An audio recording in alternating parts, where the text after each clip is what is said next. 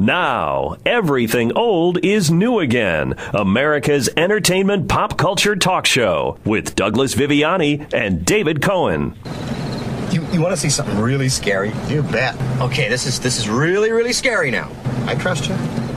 Okay, pull the car over. You want to see it? Well, show me while I'm driving. No, I can't. I can't tell you about it. It's only take a couple of seconds. All right, 2 seconds, okay? Okay. What is it? Just pull it over. Okay. I'll show you. All right. What are you doing?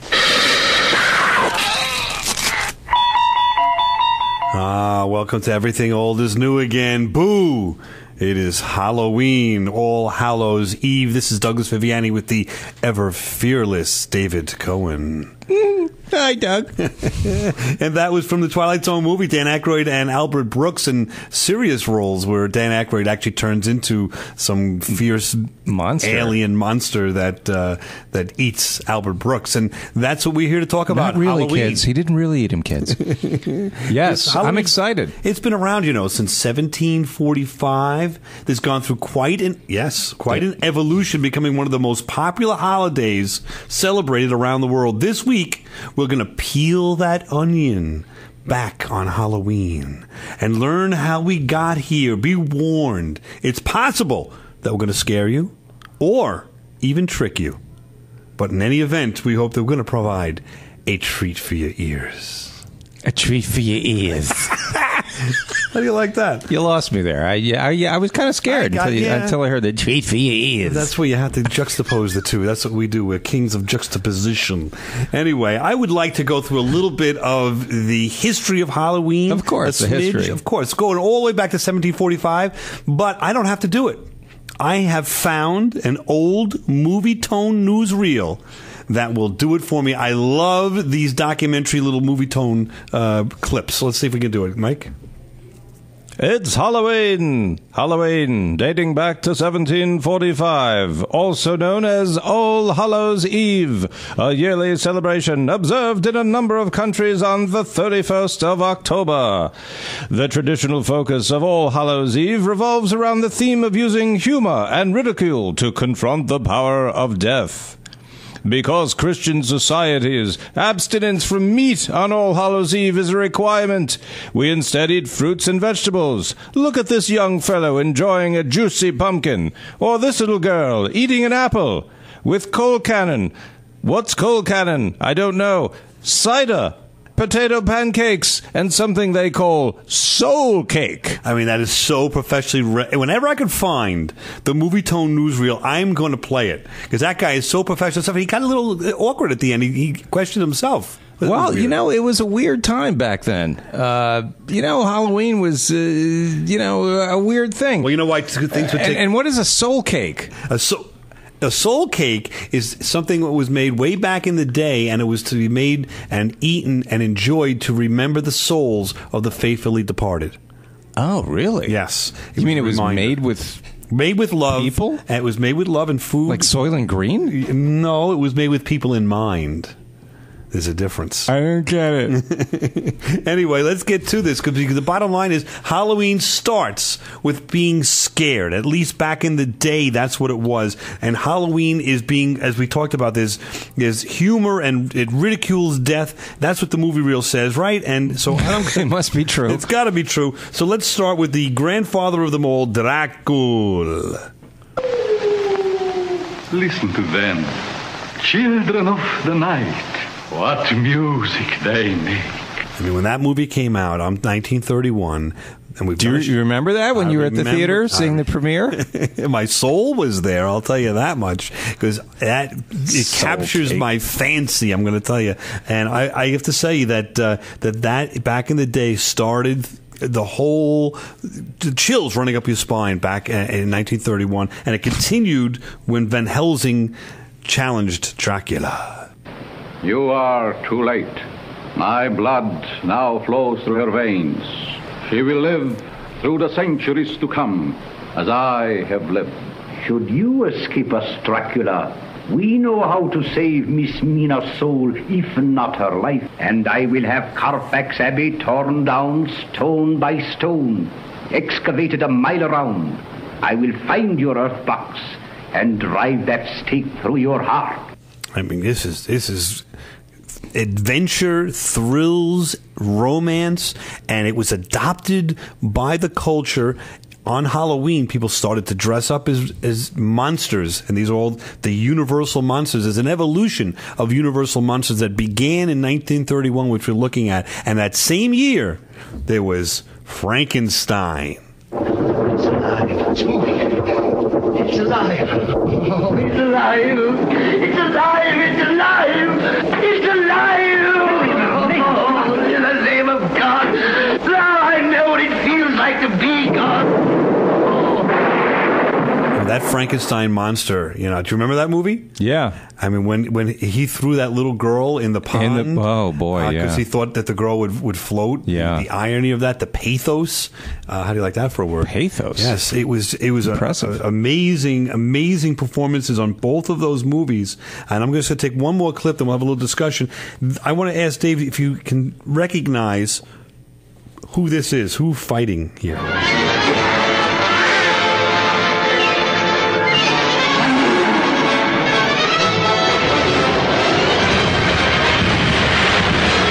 Hard to tell, but they're two classic Universal monsters. But you just heard that was all you heard. Oh, you know what it sounds like? It sounds like when I'm at the mailbox every first of the month when I get the mortgage, I get a little upset and aggravated and. I can't believe I heard this again. Well, who was that? That was Frankenstein meets Wolfman. Huh. So these franchise started strong in the 1930s for sure. Associated with Halloween now, absolutely. This is the foundation of it. It was a great beginning. As far as I'm concerned, this was terrific. But it got a little watered down, I would say. No? What do you think? Definitely got watered down. It did. Yeah, well, because this thing started out with, like you mentioned, some of the classic movies, right? You had Dracula, Frankenstein, The Mummy, The Invisible Man. These all came out in the 30s. Right. The Black Cat.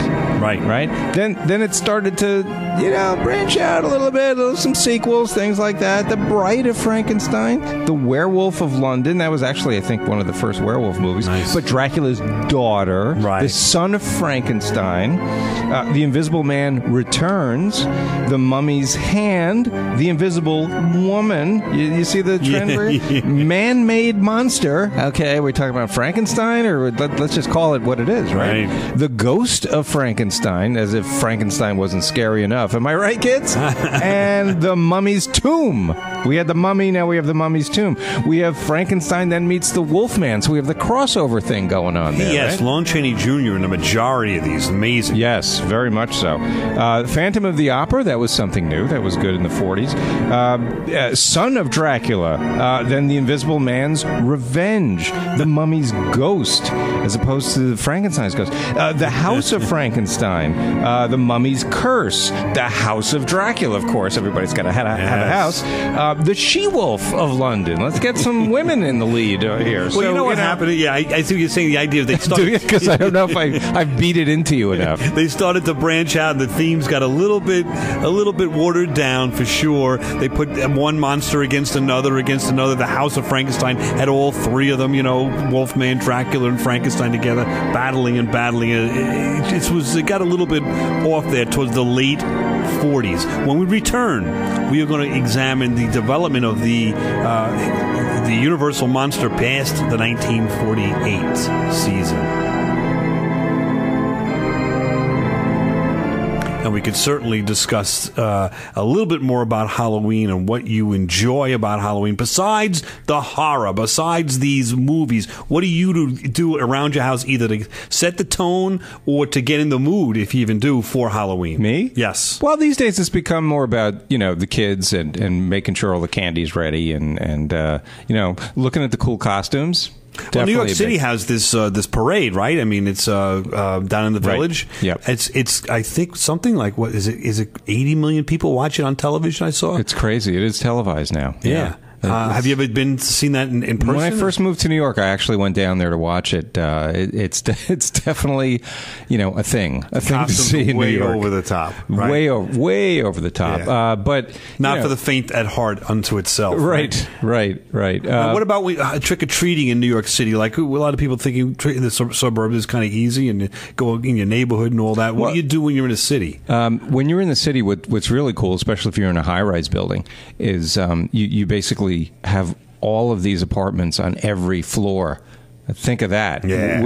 One elevator. Inside, no less. You don't have to fight the elements. Exactly. So you come back with enormous. So you just go up and down. Let's say it's 20-story building, and let's say there's 20 apartments. Yep. You got 400 doors to knock on. Exactly. Maybe at least half of them are open, right? Exactly. Now these days, what a lot of apartments are doing is if you don't want kids knocking on your door, you put your name down on the lobby. So it's not like the old days, the Wild West, where we would just knock on every door.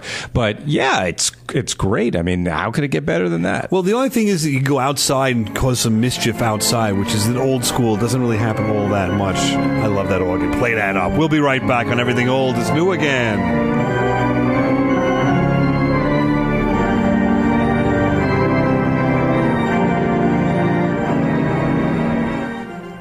You're listening to Everything Old is New Again, America's entertainment pop culture talk show, with Douglas Viviani and David Cohen. Count Dracula sleeps in this coffin, but rises every night at sunset.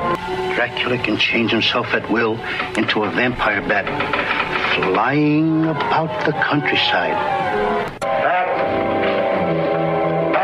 Yes, master.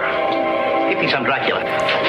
Welcome back to Everything Old is New Again, and that is a little clip from the cornerstone of the 1948 Universal movies. That is Abbott and Costello Meet Frankenstein. Which was a pretty good movie, believe it or not. It still holds up, and I will be showing it at the house on maybe probably the night before Halloween to get the kids in the mood. What time should I be there? 8 o'clock is showtime. All right. And it's a lot of fun. It's a lot of fun. And that's what happened since 1931 to 48, after all of that, which you just read, and all those movies and the diminution in the value, if you will, of the monsters. They said, let's do something different. Abbott Costello made it fun to ridicule the monsters, and the monsters played it seriously. It really worked there. Later on, they did they met Frankenstein. They then later met Dr. Jekyll and Mr. Hyde. They met the Mummy. They met the Invisible Man. They were really unlucky. They kept meeting all these monsters. Yeah. And it was captured on film. And the hilarity ensued. Absolutely. Before we leave the realm of the frightening, though, I have a guest here who wants to reintroduce fear into the proceedings. The guest is none other than Mephisto himself, who wants to, made a deal with him. He's allowed a little airtime to allow and in exchange the show will be on the air for a little while longer. So, Mephisto, you want to tell us a little bit about your encounter with a jack and what the explanation is of a jack-o'-lantern. And just for the idiots like myself, Mephisto being the devil, because he's right here. So, correct. Yes, I didn't know that was another. Sorry, Mephisto, I didn't know that. Okay, please read the scary tale. Please. Fine. En route home after a night's drinking, Jack encounters me, and I trick him into climbing a tree, because I really have nothing else to do and figured it would be quite fun. A quick-thinking Jack, however, etches the sign of the cross into the bark, thus trapping me. Jack strikes a bargain that I can never claim his soul. After a life of sin, drink, and mendacity.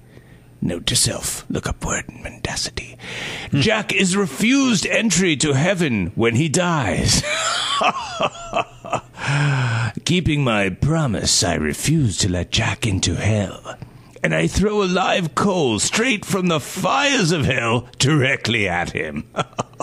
It was a cold night, so Jack places the coal, get this, in a hollowed-out turnip, right, to stop it from going out, since which time Jack and his lantern have been roaming, looking for a place to rest. And at this point, that's what we call a jack-o'-lantern. Thank you, Mephisto. Go back to where you came from. Please leave me alone at least until I reach my 90s. Thank you, Doc. He's pretty scary. Listen, when you make a deal with him, he signs on the bottom line, he keeps his word. Let's take a listen to a little more of the fun. It's 1960s. What show is this? The Munsters? There he is, my son-in-law, the 150-year-old teenage punk. I just can't fight a chick. I gotta get out there and drag it with the gases. Otherwise, doll, I might blow by cool. Why don't you try and hit it over the center field fence? Gotcha. I never saw anything like it. I don't know whether to sign him with the Dodgers or send him to Vietnam. How's that for a juxtaposition? Mephisto right into the Munsters, from the sublime, what's that saying? To the ridiculous? To the ridiculous, absolutely. And that's what we've just done on Everything Old is New Again, because that's what happened with the Universal Monsters in the 60s now. We advanced from Frankenstein, or Abbott Costello Meet Frankenstein, and now we've got a house full of monsters, and the comedy antics ensued. What'd you think of that show? I loved it. That was a great show. Now, do you ever think of that show during Halloween? Kind of not, but No. in theory, if they would do a marathon, wouldn't that be perfect for Halloween? The Munsters? Yes. Yeah, why don't they do that? So listen, I have tons of ideas. Get WeTV to contact me. Some TV station like that is playing this stuff. Trust me, we can make some money, all of us together. Speaking of that, Boris Karloff made a lot of money doing Frankenstein. He gives us a little bit of an interview here, very rare, as to his insights. This kind of story seems to go on forever, and I've often wondered if the real reason isn't that it's the oldest kind of story in the world, really, that it has its roots very deep in the legends and the fairy tales and the folklore of every race in the world, and has a universal appeal. And I think that's why they go on, in one form or another.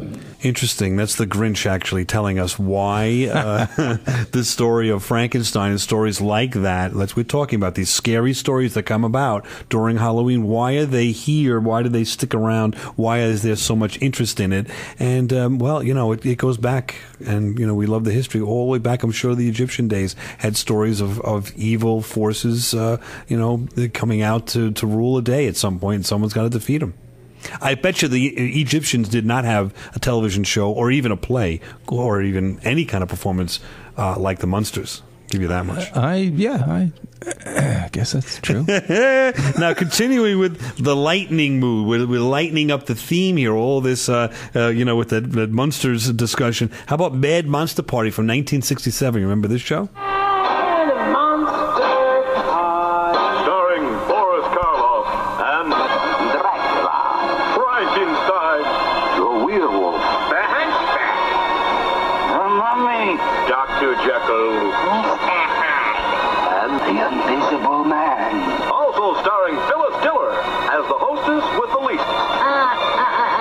Now, that was Phyllis Diller was big in the day. She was a comedian.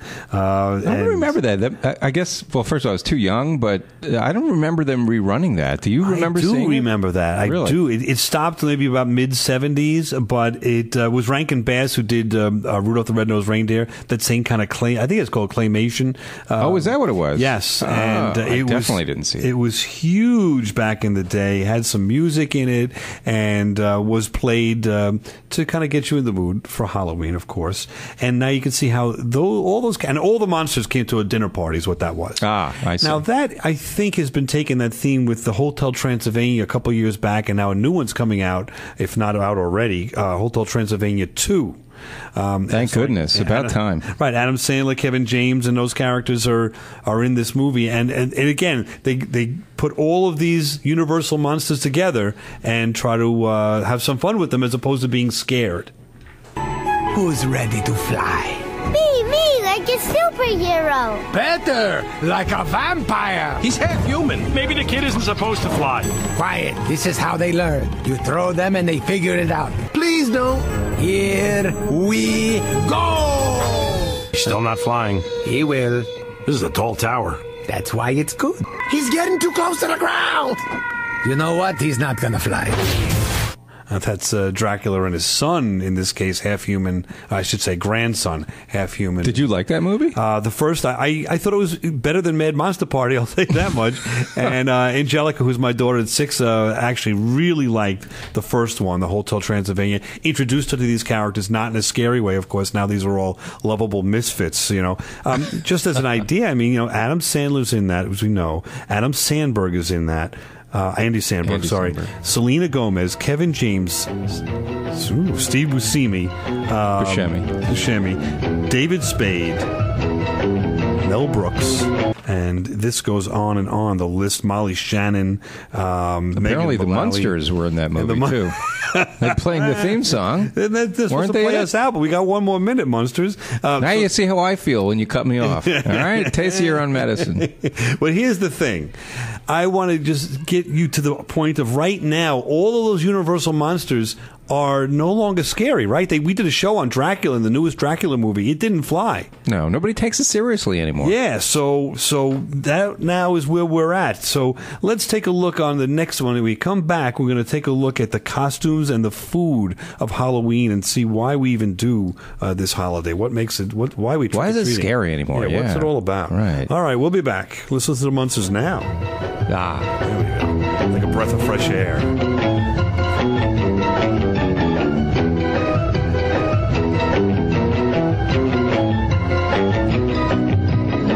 Say, Charlie, why the arm in the sling? Yeah, I walked straight into that busted street sign in front of Frank's Automat. Well, you must have been really sore, Adam. You said it, pal. I said, say, what's a big idea of making a fella trip out there? I was gonna sock him right in the kisser. He's all wet. Why, you ought to sue him, Charlie. I have half a mind to do just that. But where am I gonna get that kind of dough? Say, I know a fella just got me out of a big jam, and he didn't break the bank. You don't say. Yeah, the law office of Douglas Viviani. The law office of Douglas Viviani? That's right, the law office of Douglas Viviani. Viviani. That's what I said, Viviani. He a straight shooter? He's a cat's meow. He's on the up and up? Doug's ace is with me. Is that so? He's a bee's knees. Well, that's just swell. You have his number? You can call him at 631-681-1910 or email him at vivianilaw.com. Wait, what was that last part? What, email? Yeah, what's email? vivianilaw.com. Now, back to America's entertainment pop culture talk show. Everything old is new again, with Douglas Viviani and David Cohen.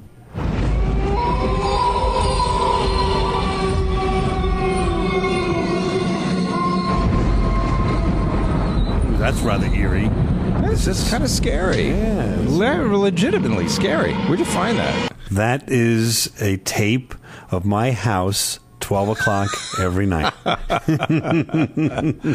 It's a little eerie. It's a little old. I got it for a good deal, but we have an extra guest in the attic, and they're kind of late night people just like I am, so I tape them. They pay rent? No, but they keep the mice away. They won't kill you. That's the deal. Exactly. And those ghosts and those sounds bring us to the point of the show, which is Halloween and our investigation of Halloween as best as everything old is new again can do. And right now, what I'm going to pass sometimes, I always do the history and all that myself. I'm going to pass that to young David Cohen and ask him to tell us a little bit about why in the world we even wear costumes. Yeah, that's I looked that up and it is actually fairly interesting. And you know how I feel about history when you go into the diatribes back from 1745 and what happened on January 3rd. But this is actually history. It is interesting. There was a book written by Reverend Dr. Eddie J. Smith called Halloween, Hallowed Be Thy Name. So basically it was religious in terms of why we wore costumes. And it suggested, his book, that dressing up as creatures who at one time caused us to fear and tremble, and by wearing these costumes, the people are able to poke fun at Satan. So it actually gave them license to to make fun of the devil, which was kind of daring, for one night. Exactly, and that's where costumes came from. Now, we had Mephisto here a little earlier. He's omnipresent. We will say that is not something that we condone.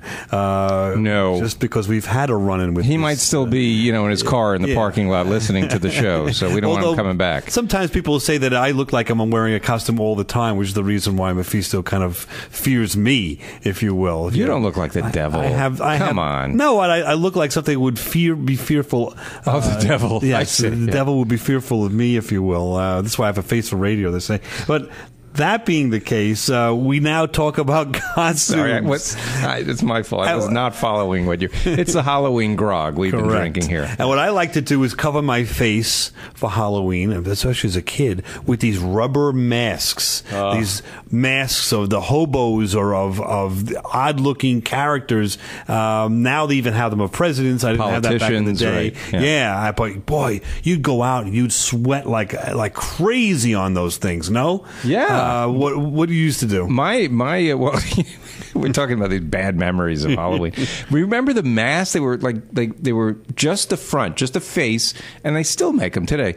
So they're like really rigid plastic, and they were held on your head, behind your head, by this really thin rubber band that was stapled into each side of the mask. Yes. And when that thing broke, I could still feel it down my spine as we're talking. When that thing broke and smacked you in the back of the neck or something, it hurt. And it wasn't really just that hurt. though, but that was the centerpiece of your costume. Was the mask? So now you can no longer be Mr. Fantastic from the Fantastic Four. Right, you had to hold it up when they opened the door. You put it in your left hand, you hold the mask up in front of you like an idiot. Exactly. Or if that was the case, that staple was probably open a little bit, and if you kind of play with the mask the wrong way, you'd get cut from the staple. It would cut you. Yeah, absolutely. It was dangerous times back then. Yes. Now they've got these elaborate costumes, and everybody's dressing up beautifully. These kids have there's stores that pop up for the month. Have you seen this? Just for Halloween, which is terrific, man. And you could go and buy, it's a couple of bucks, but buy these professional type of outfits. I always liked the more homemade ones, like Ralph Cramden did on The Honeymooners. Remember that? The Man from Space. Man from Space. Anyway, right. So I'm going to say that it's a fun thing to do is to dress up for Halloween. That's for sure. Yeah. Question is, what about the food? Why do we do this with the food? Well, the food. Actually, I don't know if have you seen. I have a new accoutrement here on. Well, you've been waving. I was Yes. just going to mention you're waving around this what is a feather, a fountain pen? I have a something. fountain pen. We talk about how I like the history. The fountain pen. You use the ink. Is that the you have a little bottle of? Is that a bottle of ink? Yes, and it's Come on. old school. They used to call them ink wells, and you soak up you pull this thing, and it's a little what would you say, like a syringe. You pull in the ink, and you write with it. Want to take a look? Yeah. Come on, let me see. Show you this. You're actually coming over here. This is cool. No, it really looks cool. This thing. It's very important. These things, for sure. So you dip it in here. Wow! Whoa! Sorry. Nice. Thank you. That is the entire bottle of ink all over my shirt. All right. Sorry about that. That was a. And I'm wearing my nice. Look at this. I'm wearing my nice. Nice everything old is new again shirt. Yeah. If you go to the website, you could take a look at us in these shirts. Look at what it used to look like. Now it doesn't look because it's got. Great, it's on my skin too. Thank you. All right, I'll go on. It wasn't worth it, but I will. You know what? It was a joke, right? Okay, I get it. I'm not the dumbest guy in the world, but I'm one of them, and I didn't catch on that was all a ruse. You mean you thought I did that on purpose? You definitely did that on purpose. It's Halloween. I get it. Pay for a new shirt. Very funny. Very funny. Now let's get back on track. Hilarious stuff. Charlie Brown. Gee, I got a candy bar. Boy, I got 3 cookies. Hey, I got a package of gum. I got a rock. Trick or treat. I got a popcorn ball. I got a fudge bar. I got a pack of gum. I got a rock. Good old Charlie Brown. His poor guy pulls up, and every house he goes to, he's got a rock. It'll dry. Don't worry about with the shirt already. So we'll get back to it. This is one of the arguments you don't love to have. Anyway, Charlie Brown is trick or treating and gets nonsense.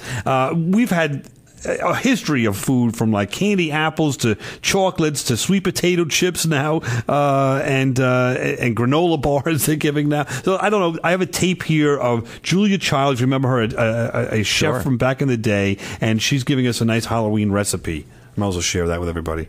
So, on All Hallows Eve, many Western Christian denominations encouraged abstinence from meat, giving rise to a variety of vegetarian foods associated with the day. And today we're going to make one of these vegetarian delights. We have the yearly apple harvest, and today we will be making candy apples, also known as toffee apples, if you live in North America and watching the show over there. Toodaloo, hi, how are you? Okay, so take the apples and you roll the apple in the sticky sugar syrup. Just roll it back and forth. There you go. Very nice. Sometimes you can also roll them in the nuts. I have these chopped nuts over here. Just roll them through the nuts and you'll have a beautiful candy apple delight. Wow, how about that? I mean, she sounds a little bit, if you don't know who she is, the Saturday Night Live skit with Dan Aykroyd when he cuts his finger. Remember that? Yes, and it bleeds all over. That's Julia Child. That's her. They also made a movie about her recently. I don't even know the name of it, so I shouldn't go there. But it also sounds to me like she's highly influenced by Monty Python. Slightly. That's probably where Monty Python got the idea to do their whole shtick. Well, there's our recipe. Or vice versa. So we've had Barbecue Guy, and now we've had Julia Child on our show. You know, in different perspectives, but at least giving recipes for things. So I think that's very, very nice. I didn't quite follow the recipe she was doing, but I think the idea was there. You had to visualize it. Problem is, candy apples are out, man. Remember the rumors about these things being put in candy apples and all that? Big rumor, not something that you're going to really be dealing with these days, but we will deal with Halloween in a few minutes. On the way back, Everything Old is New Again. So Julia Child was one that gave us a nice recipe there. You didn't understand it, didn't follow it. I did. I'm going to pass that along to the Barbecue Guy, and maybe his wife will do that for the time being. The reason why I said that, there was research done on that whole thing about apples, and are they ever been infected with the poisons or given razor blades? Oh yeah, the story was people used to put the razor blade in. Word is it's a huge rumor that it rarely happens, and if it did, believe it or not, from what I've read, and I can't believe this, parents would do that to their own children. I don't know why. I mean, it's extraordinary. That's what the research said. It's extraordinarily rare and bizarre. Obviously, they do it to their own kids. Yeah. But anyway, I mean, we've got some candy apples waiting for the kids at my house. I'm talking about. Hey, I'm not eating those. About my children, and they're in like the vacuum pack. They've been vacuum packed. Have you seen these now? Yeah, that's good deception. Vacuum pack them, Doug. That's good. This way they'll never think like they would otherwise think that their parents are putting razor blades in them. They're eyeing them every day. They can't wait to Halloween. Of course, they're a candied apple, and the point is that I bought them like a month and a half ago. Hopefully, they're still fresh when we open them today for Halloween. I don't know. That's the miracle of modern science. Anything else to add to the Halloween discussion? To kill the last 30 seconds here? Yeah. 15 I got? Well, yeah. Not really. How'd you like Julia Child? Is she someone that we should bring back? I think so. She's especially since she's no longer living. It would be amazing to have her actually on the show. How about Julia Child's daughter join us with Barbecue Guy on a show? I like that idea. Dueling recipes. Yeah. I wonder if they get along. We'll be right back, and Everything Old is New again to continue talking about trick-or-treating on Halloween.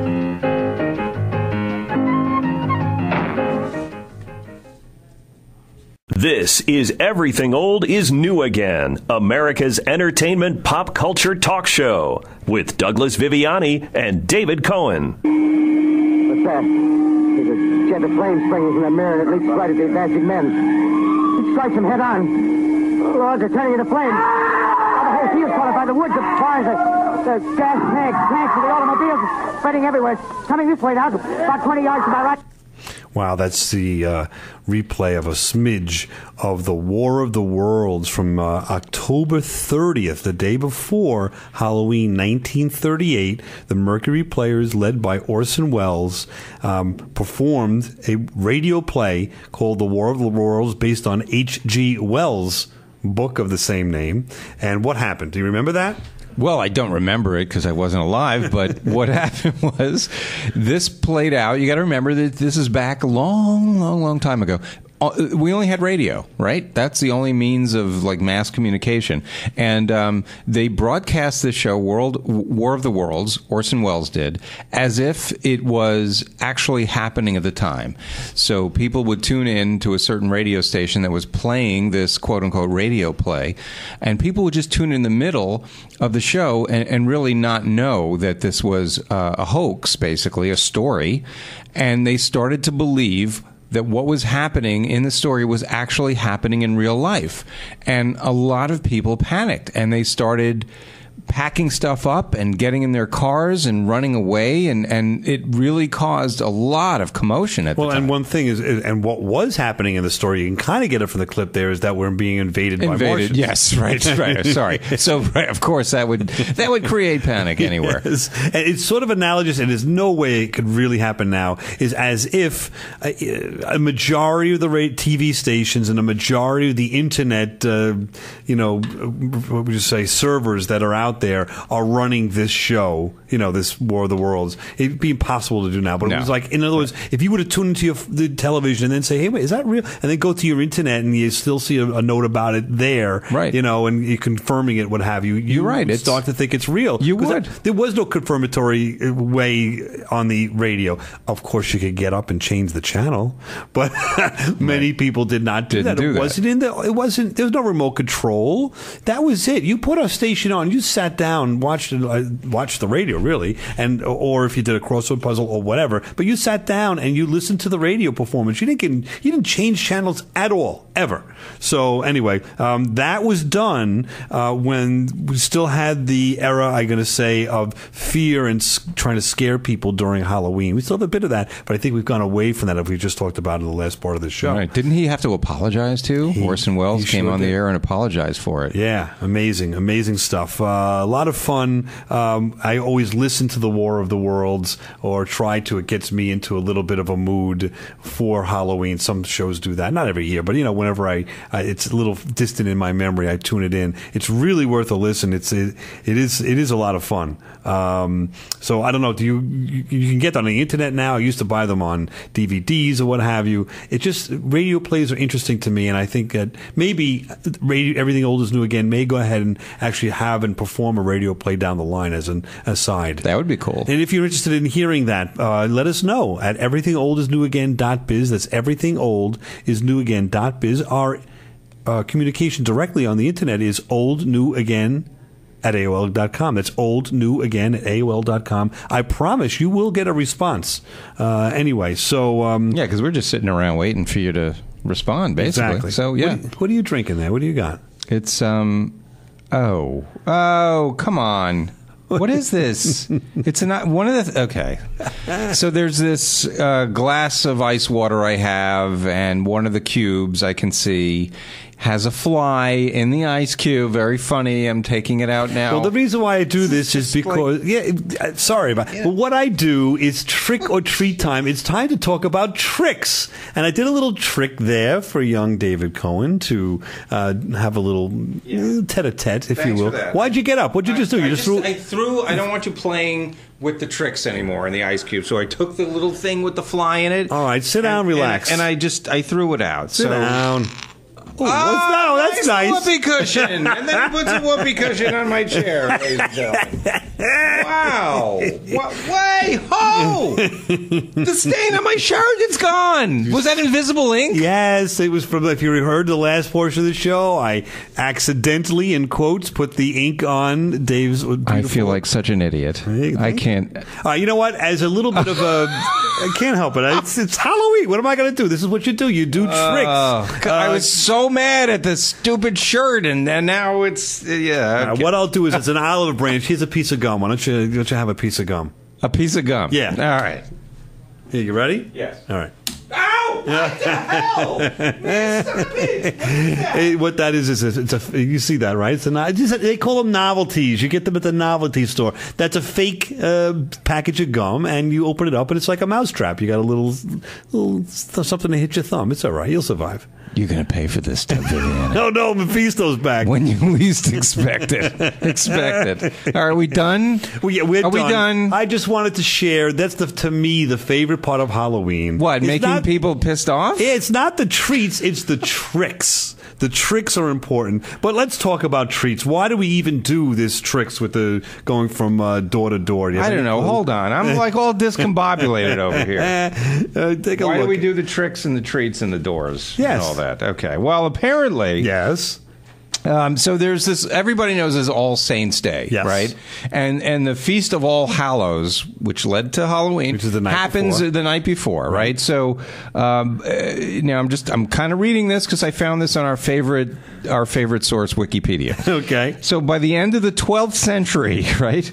So these holy days of obligation, right, involved a lot of traditions, such as ringing church bells for souls in purgatory, right? So it was customary for these criers, people dressed in black, to parade the streets, ringing a bell of a mournful sound and calling on all good Christians to remember the poor souls. Okay, so this custom called souling, it was a custom of baking and sharing. Here we go, the soul cakes. For all that previously. I Yes. did for all christened souls, right?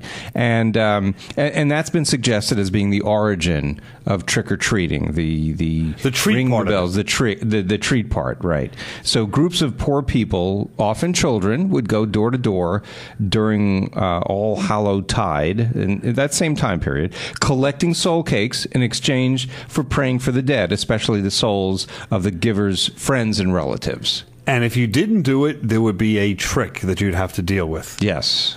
Such as invisible ink or the stupid gum thing that actually hurt. Or a whoopee cushion. I mean, this is some day you have it for yourself. Have I turned you around? Do you love the tricks part of Halloween now, or do you despise it? You're really even more? asking me that? I remember going to a party in high school with you, and I did the invisible ink on a girl named Eileen, and she was dressed as a with a white shirt, but she was dressed as a genie. She couldn't have been angrier with me. Could not have been angrier with me. Anyway, I can relate to that. Let's turn back. I just want to finish up a little War of the Worlds here. Let's hear how the War of the Worlds ended, how Orson Welles referenced Halloween. This is Orson Welles, ladies and gentlemen. Out of character, to assure you that the War of the Worlds has no further significance than as the holiday offering it was intended to be. The Mercury Theater's own radio version of dressing up in a sheet and jumping out of a bush and saying boo. Starting now, we couldn't soap all your windows and steal all your garden gates. By tomorrow night, so we did the best next thing. We annihilated the world before your very ears and utterly destroyed the CBS. You will be relieved, I hope, to learn that we didn't mean it, and that both institutions are still open for business. So goodbye, everybody, and remember, please, for the next day or so, the terrible lesson you learned tonight. That grinning, glowing, globular invader of your living room is an inhabitant of the pumpkin patch, and if your doorbell rings and nobody's there, that was no Martian, it's Halloween. There we go, huh? That's great. A great ending for the whole show in terms of presenting Halloween. So Orson Welles is basically saying, get over it, people. Yeah, but he used the medium of radio to really, as we are trying to do, to provide you with a treat for your ears during this All Hallows Eve. Enjoy the night, be safe, and hopefully you learned a lesson or two from Mephisto himself. Everything old is new again. Come on back next week. Same time, same place. And actually, we're back for another moment in time. Yeah. Did you enjoy the process of learning a little something new, hopefully, today about I learned something new about you. You got like a mean streak in you, dude. You saw me do that in high school with Eileen. I know, I didn't think you were going to do it to me like 100 years later. Well, it is 100. It's a good point. It is like 100. But the trick aspect of Halloween still exists, and I think it's the most fun part of Halloween. I think people have an opportunity to kind of, play mindless, if you will, innocent. I wouldn't suggest other things, pranks. Yeah. On I think the ink was weird. That's a little, I mean, the fact that it disappeared was great, but it'll be remembered. You'll not forget ever Halloween. No. Everything old is new again.